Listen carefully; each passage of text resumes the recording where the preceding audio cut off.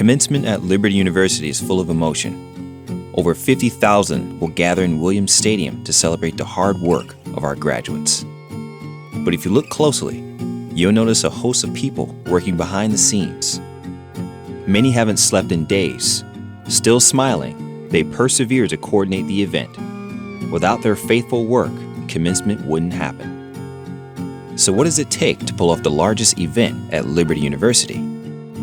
For some, preparation begins much earlier in the year. I typically start preparing really at the beginning of the year. So that's just getting things ready. So going through old notes to see what we've done in the past, scheduling meetings to talk about security, talking about our VIP assignments.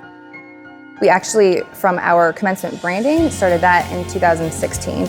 We start planning for commencement each year, usually around October. We'll start looking at locations, at student numbers, the amount of people that are going to be here so that we can make sure that we have space for everyone. And then we start looking at if there's any new things that we want to implement for this year.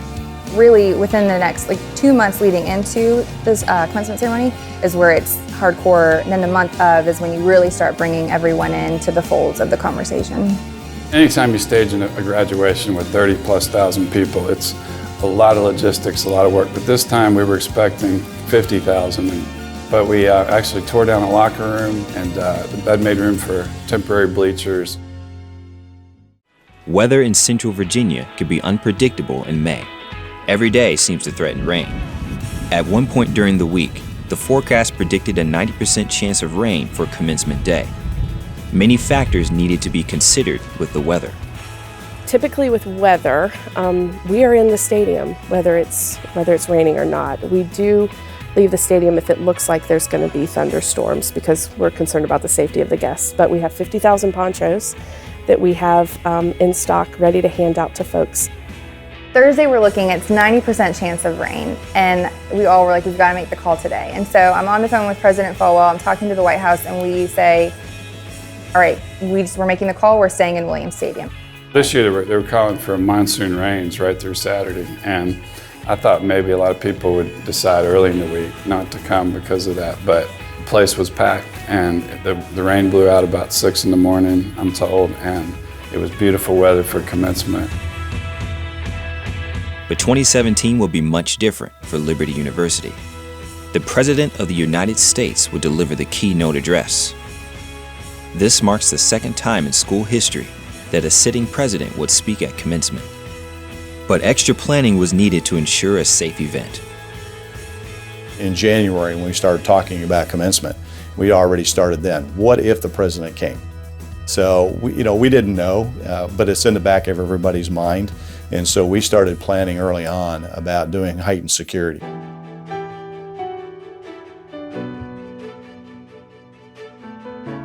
I've told several people that we went to the airport to greet him.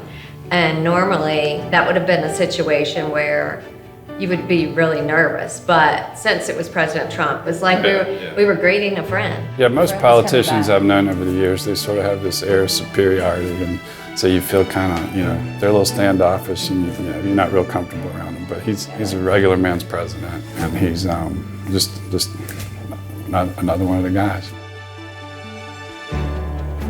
As we turn the page on another chapter of Liberty's history, we look back with gratitude.